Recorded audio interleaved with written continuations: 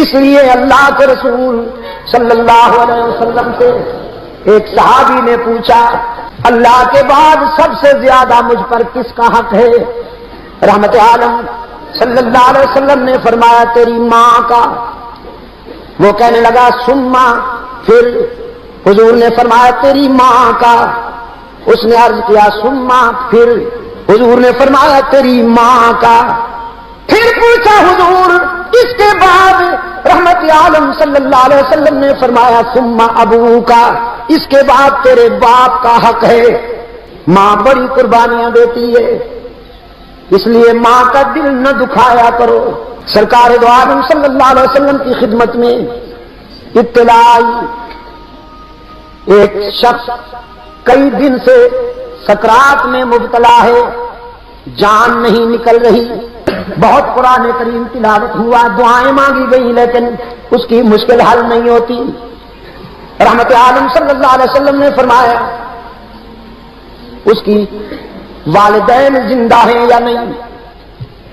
بتایا گیا حضور اس کی ماں زندہ ہے۔ رحمت عالم صلی اللہ علیہ وسلم نے فرمایا اس کی ماں سے کہو میں تجھ سے ملنا چاہتا ہوں، اگر آ سکتی ہو تو آ جاؤ ورنہ میں آؤں گا۔ وہ بوڑھی ضعیفہ رحمت عالم صلی اللہ علیہ وسلم کا پیغام سنتی ہے، کہنے لگی چل تو نہیں سکتی لیکن اللہ کے محبوب کے پاس ضرور جاؤں گی۔ لکڑی کے سہارے آئی، رحمت عالم صلی اللہ علیہ وسلم نے فرمایا تیرا بیٹا کئی دن سے سکرات میں مبتلا ہے، تیرا کیا خیال ہے اپنے بیٹے کے متعلق؟ کہنے لگی بڑا نمازی تھا، اللہ کے رسول بڑا نمازی تھا، قرآن بھی پڑھتا تھا، روزے بھی رکھتا تھا، حج بھی کیا، زکات بھی دیتا تھا، جہاد میں بھی حصہ لیتا تھا، بہت نیک تھا۔ رحمت عالم صلی اللہ علیہ وسلم نے فرمایا یہ تو ٹھیک ہے، تو اس پر راضی ہے کہ نہیں؟ اس بوڑھی کی آنکھوں سے آنسو جاری ہو گئے، کہنے لگے نہیں حضور، میرا دل دکھایا ہے اس نے، میرا دل دکھایا ہے۔ ایک دن اس کی بیوی کے ساتھ میرا کچھ تلخ کلامی ہو گئی، تلخ کلامی ہو گئی۔ میں نے کہا میرا بیٹا آ جائے اسے بتاؤں گی کہ تو گستاخ ہے۔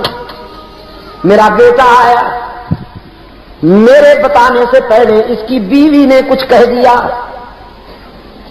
میں جب اپنے بیٹے کے سامنے گئی تو میرے بیٹے نے میری کوئی نہ سنی، بیوی کے بھڑکانے میں مشتعل تھا، غصے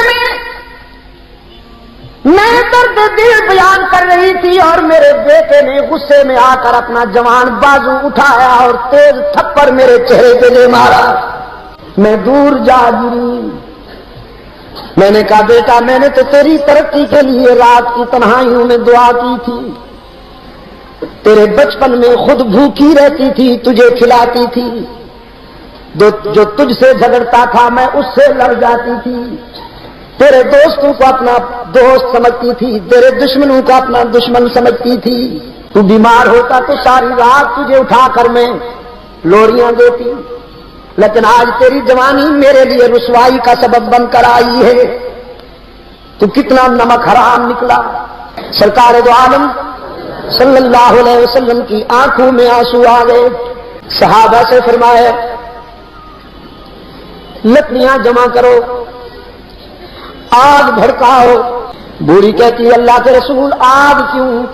رحمت عالم صلی اللہ علیہ وسلم نے فرمایا ہم اس میں اس نمک حرام کو ڈالیں گے جس نے بوڑھی ماں کے چہرے پہ تھپڑ مارا، وہ اسی قابل ہے کہ اسے آگ میں ڈال دیا جائے۔ بوڑھی زاروں قطار رونے لگی، کہنے لگی نہیں نہیں نہیں اللہ کے رسول، میرے بیٹے کو آگ سے بچا لیجیے۔ رحمت عالم صلی اللہ علیہ وسلم نے فرمایا تو اس آگ سے گھبرا گئی ہے، آخرت کی آگ تو اس سے بھی زیادہ اذیتناک ہے۔ وہ بوڑھی کہنے لگی کوئی شکل ہے بچ جانے کی؟ کہ میرا بیٹا اس آگ سے بھی بچ جائے، اس آگ سے بھی بچ جائے۔ سرکار دو عالم صلی اللہ علیہ وسلم نے فرمایا بس ایک صورت ہے کہ تو اسے معاف کر دے۔ چیخ کر وہ بوڑھی کہنے لگی اللہ کے رسول آپ بھی گواہ بن جائیے، میرا رب بھی گواہ ہو جائے، میں نے اپنے بیٹے کو دنیا میں بھی معاف کر دیا، آخرت میں بھی معاف کر دیا۔